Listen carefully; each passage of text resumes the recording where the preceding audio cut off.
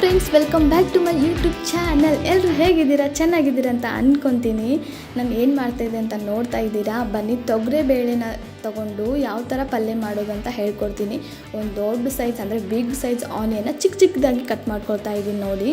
ಹಾಗೆ ಒಂದು 5-6 ಬೆಳ್ಳುಳ್ಳಿ ಕೂಡ ಚಿಕ್ಕ ಚಿಕ್ಕದಾಗಿ ಕಟ್ ಮಾಡ್ಕೊಳ್ಬೇಕು. ಇದು ನಾರ್ಮಲಾಗಿ ನಮ್ಮ ಸೈಡ್ ಜಾಸ್ತಿ ತೊಗರೆಬೇಳೆ ಅಲ್ವಾ, ಕಲಬುರ್ಗಿ, ಸೊ ಅಲ್ಲಿ ಜಾಸ್ತಿ ಮಾಡ್ಕೊಂಡು ತಿಂತಾರೆ. ಒಂದು 3 ಒಣ ಮೆಣಸಿನ್ಕಾಯಿ. ನೀವು ಬೇಡ ಅಂತಂತಂದರೆ ಹಸಿಮೆಣ್ಸಿನ್ಕಾಯಿನ ಮಿಕ್ಸಿಗೆ ಹಾಕಿಬಿಟ್ಟು ಹಾಕೋಬೋದು, ನಡೆಯುತ್ತೆ. ಬಟ್ ನಮ್ಮ ಮನೆಯಲ್ಲಿ ಹಸಿಮೆಣ್ಸಿನ್ಕಾಯಿ ಯಾರೂ ತಿನ್ನಲ್ಲ, ಸೊ ಅದಕ್ಕೆ ನೋಡಿ ತೊಗರೆಬೇಳೆನ ಆಲ್ರೆಡಿ ಒಂದು 6 ಅವರ್ಸ್ ನಾನು ನೆನೆ ಇಟ್ಟಿದ್ದೆ ನೀರು ಹಾಕಿಬಿಟ್ಟು. ನೋಡಿ ಈ ಥರ ಆಗಿದೆ. ಇವಾಗೆಲ್ಲ ನೀರನ್ನ ತೆಗೆದುಬಿಡೋಣ ಬನ್ನಿ. ಒಂದು ಸಣ್ಣದಾಗಿರುವ ಲೆಮನ್ ಕೂಡ ಕಟ್ ಮಾಡ್ಕೊತಾ ಇದ್ದೀನಿ. ನಿಮ್ಮ ಹತ್ರ ಇಲ್ಲ ಅಂದರೆ ಹುಣಸೆಹಣ್ಣು ನೆನೆ ಇಟ್ಕೊಂಡ್ರು ನಡೆಯುತ್ತೆ. ಬನ್ನಿ ಇವಾಗ ಕ್ವಿಕ್ಕಾಗಿ ಒಗ್ಗರಣೆ ಹಾಕ್ಕೊಳ್ಳೋಣ.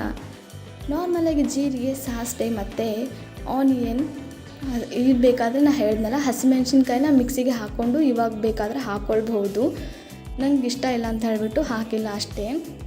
ಒಂದು ಸ್ವಲ್ಪ ಉಪ್ಪು ಕೂಡ ಹಾಕ್ಕೊಂಡು ಚೆನ್ನಾಗಿ ಇವಾಗ ಫ್ರೈ ಮಾಡ್ಕೊಳ್ಳೋಣ ಬನ್ನಿ.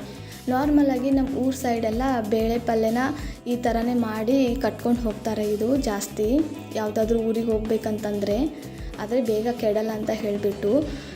ನೋಡಿ ಸ್ವಲ್ಪ ಅರಿಶಿನ, ಖಾರ, ಉಪ್ಪು, ಗರಂ ಮಸಾಲ ನೋಡ್ಕೊಂಡು ಹಾಕ್ಕೊಳ್ಳಿ. ಹಸಿಮೆಣ್ಸಿನ್ಕಾಯಿ ಏನಾದರೂ ಹಾಕ್ಕೊಂಡಿದ್ರೆ ಖಾರ ಹಾಕ್ಕೊಳ್ಬೇಡಿ, ಮತ್ತು ಸಖತ್ತಾಗಿ ಸ್ಪೈಸಿ ಆಗಿಬಿಡುತ್ತೆ.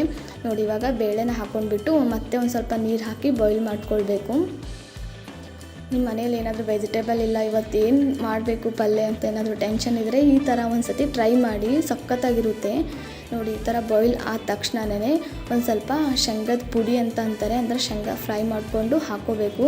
ನಮ್ಮ ಗುಲ್ಬರ್ಗ ಸೈಡಂತೂ ಶೇಂಗದ ಪುಡಿ ಹಾಕ್ಕೊಳ್ಳೇಬೇಕು, ಇಲ್ಲಾಂದರೆ ಅದು ಅಡುಗೆನೇ ಅಲ್ಲ. ಒಂದು 4 ಸ್ಪೂನ್ ಹಾಕ್ಕೊತಾ ಇದ್ದೀನಿ. ಫಸ್ಟಿಗೆ ಹಾಕ್ಕೊಳ್ಬಾರ್ದು, ಯಾಕಂದರೆ ಅದು ತಳ ಹಿಡ್ಕೊಂಡು ಬಿಡುತ್ತೆ. ಇವಾಗ ಹಾಕಿ ಚೆನ್ನಾಗಿ ಮಿಕ್ಸ್ ಮಾಡಬೇಕು. ನೋಡಿ ಎಷ್ಟು ಚೆನ್ನಾಗಿ ಕಾಣ್ತಾ ಇದೆ. ಇದನ್ನು ಚಪಾತಿ ಜೊತೆ ತಿಂದರೆ ಸಖತ್ತಾಗಿ ಟೇಸ್ಟ್ ಬರುತ್ತೆ. ಸೊ ಯಾರಿಗಾದರೂ ಈ ವಿಡಿಯೋ ಇಷ್ಟ ಆದರೆ ಲೈಕ್ ಮಾಡಿ, ಸಬ್ಸ್ಕ್ರೈಬ್ ಮಾಡಿ, ಶೇರ್ ಮಾಡಿ, ಕಮೆಂಟ್ ಮಾಡಿ. ಮತ್ತು ನಿಮ್ಗೆ ಯಾವುದಾದ್ರೂ ರೆಸಿಪಿ ಬೇಕಂದರೆ ಹೇಳಿ. ನೋಡಿ ಎಷ್ಟು ಚೆನ್ನಾಗಿದೆ ನೋಡಿ, ಇದನ್ನು ಚಪಾತಿ ಜೊತೆ ತಿಂತಾರೆ. Thank you so much. ಮತ್ತು ನೆಕ್ಸ್ಟ್ ವಿಡಿಯೋದಲ್ಲಿ ಸಿಗ್ತೀನಿ. Take care, bye bye. ಹಾಗೆ ಲೈಕ್ ಮಾಡೋದನ್ನು ಮರಿಬೇಡಿ.